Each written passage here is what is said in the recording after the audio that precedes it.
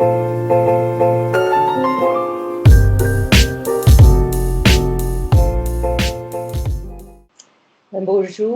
je m'appelle Mathilde Causse, je suis chercheure à l'INRA à Avignon. Alors, j'ai une formation depuis assez longtemps en biologie des plantes, en génétique et en amélioration des plantes. Et j'ai travaillé d'abord, quand j'ai fait mes études à Orcel, à côté de Paris. Et puis ensuite, après l'équivalent du master, qui s'appelait DEA à l'époque, j'ai fait une thèse en Côte d'Ivoire, dans un institut français, mais qui travaillait outre-mer, donc à l'Orstom, qui est maintenant l'IRD, l'Institut de recherche pour le développement. J'ai travaillé là-bas pendant 3 ans sur la génétique du riz en Afrique. Et puis ensuite, je suis partie en postdoc, donc après la thèse, aux États-Unis, à l'université de Cornell, pendant 1 an, où là, j'ai découvert les techniques de biologie moléculaire, d'études de l'ADN et du génome du riz. Et ces connaissances m'ont permis d'entrer ensuite à l'INRA, où j'ai travaillé pendant 5 ans d'abord sur le maïs en région parisienne, et puis depuis 25 ans maintenant, je suis à Avignon. Et donc moi, je travaille plus spécifiquement à Avignon dans une unité qui s'appelle GAFL, pour génétique et amélioration des fruits et légumes. Et donc on travaille là sur plusieurs espèces, sur la tomate, le piment, l'aubergine, le melon, la pêche, l'abricotier et leurs porte-greffes. Et on a des très grandes collections de variétés qu'on appelle des ressources génétiques, donc des variétés qui ont été accumulées, collectées au fil de l'histoire et puis accumulées. Donc on a plus de 10 000 variétés différentes en collection à Avignon sur toutes ces espèces. Et puis, on les utilise pour étudier les résistances aux maladies, la qualité des fruits, l'adaptation à différents stress, et pour aider la sélection, finalement, de variétés qui soient adaptées aux besoins de l'avenir, s'il vous plaît.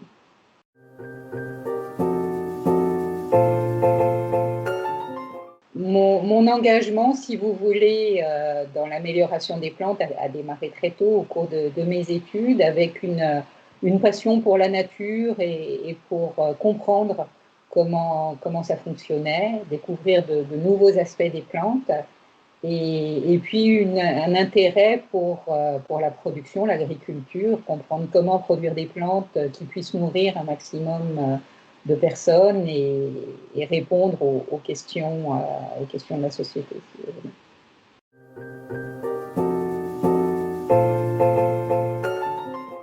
Alors, la biodiversité, elle a vraiment 3 niveaux de définition. Il y a la diversité des espèces, donc avec le très grand nombre d'espèces. On considère par exemple pour les plantes qu'il y a plus de 300 000 espèces connues de plantes différentes aujourd'hui. Il y a la diversité des écosystèmes, c'est-à-dire c'est tout l'ensemble des espèces végétales et animales qu'il peut y avoir dans les prairies ou dans les forêts, ou si vous voulez, c'est ce qu'on appelle un écosystème, c'est un ensemble relativement cohérent de l'espace. Et puis, il y a la diversité qu'on appelle plus diversité génétique au niveau d'une espèce. Donc, moi, je travaille sur la diversité génétique de la tomate, par exemple.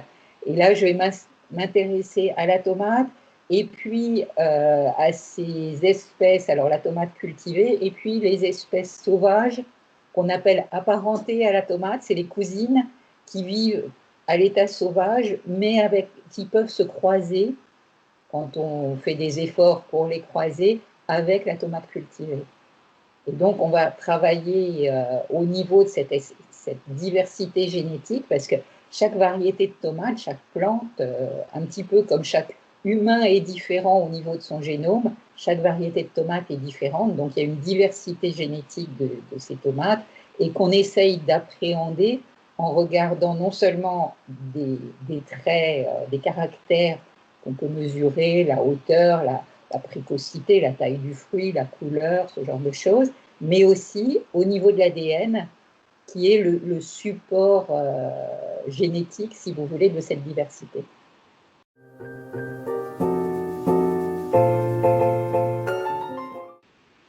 Alors, qu'est-ce que l'amélioration des plantes, si vous voulez, ou la sélection génétique? Il faut se dire que depuis la naissance de l'agriculture, il y a 8 à 10 000 ans, les hommes ont retenu toujours les plus belles plantes, celles qui répondaient le mieux à leurs attentes. Donc, au tout début, ils sont partis des plantes sauvages, ils étaient chasseurs-cueilleurs. Ils ont retenu des plantes qui cueillaient, et puis ils ont retenu les graines. Et c'est ce qu'on a appelé la domestication des plantes. Et progressivement, ils ont retenu des plantes qui n'égrenaient plus, par exemple pour les céréales, il ne fallait pas que les grains tombent au sol avant la maturité. Ils ont retenu les plantes qui avaient les plus gros fruits. Et progressivement, à chaque fois, ils récoltaient les graines sur les plantes les plus belles.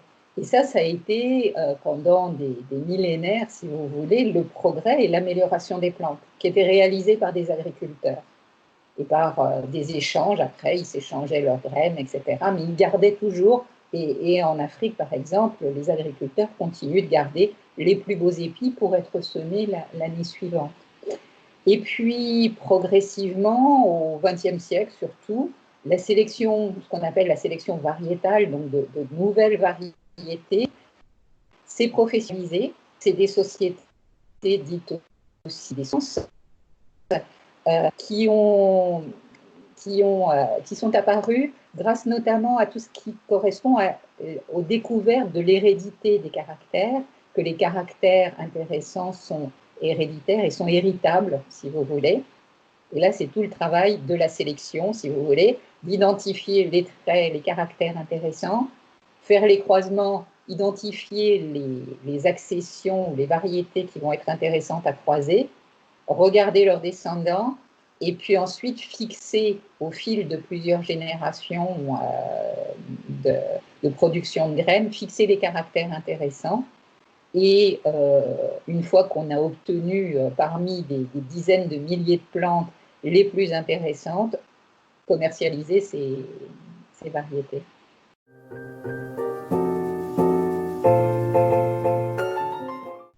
Alors, les enjeux, si vous voulez, pour l'amélioration génétique, ça va être de créer de nouvelles variétés qui soient adaptées aux besoins de l'agriculture moderne. Et il faut savoir que la création d'une variété, c'est quelque chose qui va prendre 10 à 15 ans, donc il va falloir déjà, et ça c'est une partie de nos travaux, aider les sélectionneurs privés à définir les enjeux futurs. Quels sont les besoins de l'agriculture du futur? Donc, c'est là où toute la connaissance au niveau de l'agronomie, de l'évolution, du changement climatique, par exemple, des questions de maladies ou de demande des consommateurs en matière de qualité sont importants. Et donc, définir quels sont les critères de sélection, c'est la première étape, qui n'est pas forcément toujours facile. Ensuite, on va chercher les ressources intéressantes, et c'est là où nos collections de ressources génétiques anciennes ou sauvages peuvent être très utiles. Et puis après, on va travailler sur les méthodes de sélection, la découverte des gènes cibles, éventuellement, grâce à la connaissance des génomes, par exemple. Donc, on va pouvoir éventuellement avoir des approches très fondamentales sur comprendre comment fonctionnent certains gènes qui interviennent dans la qualité des fruits ou dans l'adaptation. Et puis, d'autres aspects beaucoup plus appliqués, où là, on va définir des méthodes à suivre plus génériques, plus applicables à toutes les espèces. Sur la qualité des fruits, si vous voulez, par exemple, pendant longtemps, j'ai travaillé avec des sélectionneurs pour identifier quels étaient les critères de sélection utiles pour améliorer la qualité de la tomate.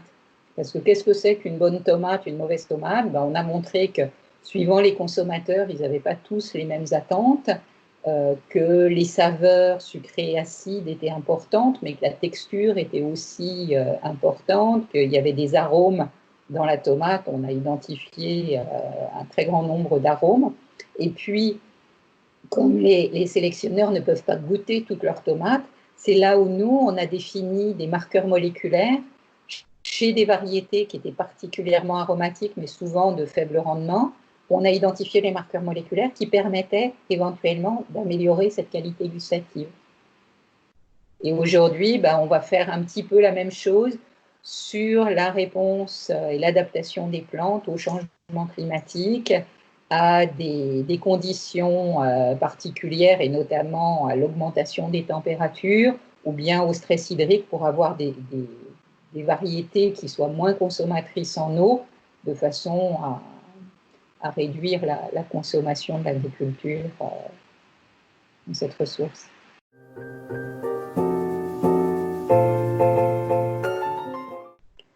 Alors, qu'est-ce qu'on mangera demain en 2050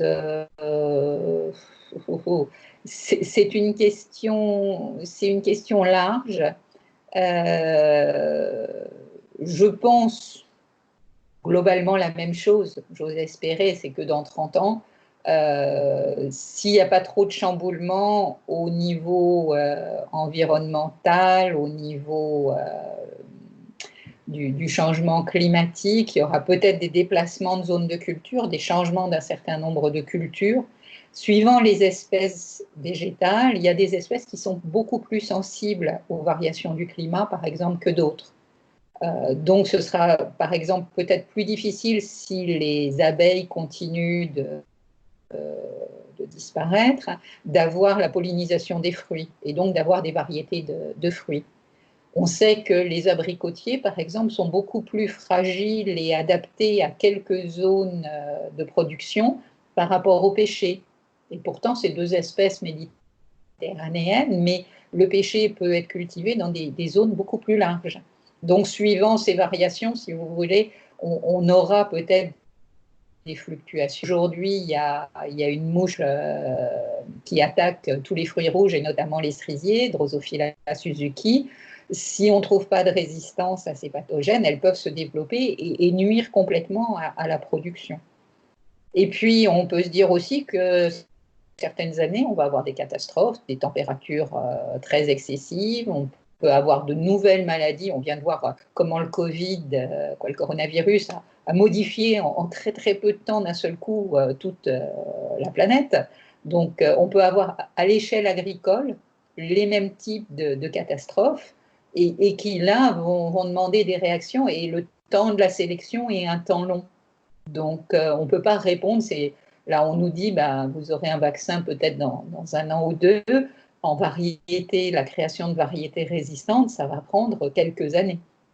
Un autre point aussi, peut-être qui est important pour les espèces vivrières, pour les espèces horticoles, c'est la recrudescence des jardins amateurs, le développement de l'horticulture urbaine, par exemple, avec de plus en plus de jardins, avec aussi la récupération du chauffage des immeubles, avec des serres sur les toits des maisons, etc.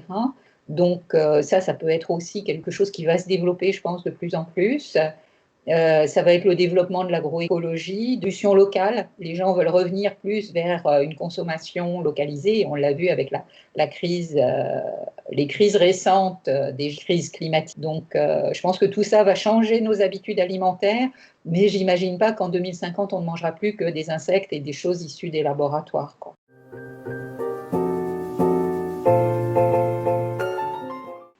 Donc, par rapport à des jeunes qui seraient intéressés pour travailler dans la recherche et dans l'agriculture, je pense qu'il faut savoir, c'est qu'il y a toute une série de niveaux. On peut travailler avec juste le bac, à un niveau plus technique. Et j'ai des collaborateurs et collaboratrices qui sont passionnés par leur travail, qui travaillent au niveau des plantes, au niveau du suivi des expérimentations et qui contribuent vraiment à la recherche. Et puis, si vous poursuivez des études plus longues, il y a des BTS également dans la recherche qui conduisent plutôt au niveau également technicien. Et puis après, si vous faites un master, vous pouvez passer assistant ingénieur ou ingénieur. Et enfin, si on a une thèse et éventuellement des années de postdoc, on peut atteindre le niveau de chercheur. Il n'y a pas énormément de place aujourd'hui, mais il y a aussi des possibilités dans le privé, dans la recherche dans le secteur privé, où il y a un certain nombre de demandes. Et puis, ce qu'il faut surtout, je pense, c'est vraiment avoir la passion du travail autour des plantes, de la connaissance, de découvrir de nouvelles choses.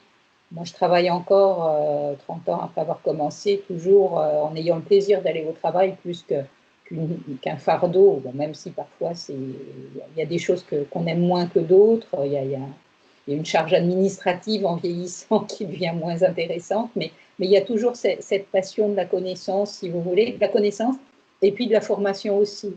On a un certain nombre d'étudiants dans nos laboratoires, et donc nos connaissances, de les voir évoluer, de les voir se passionner aussi, ça c'est quelque chose qui est très très satisfaisant. Mmh.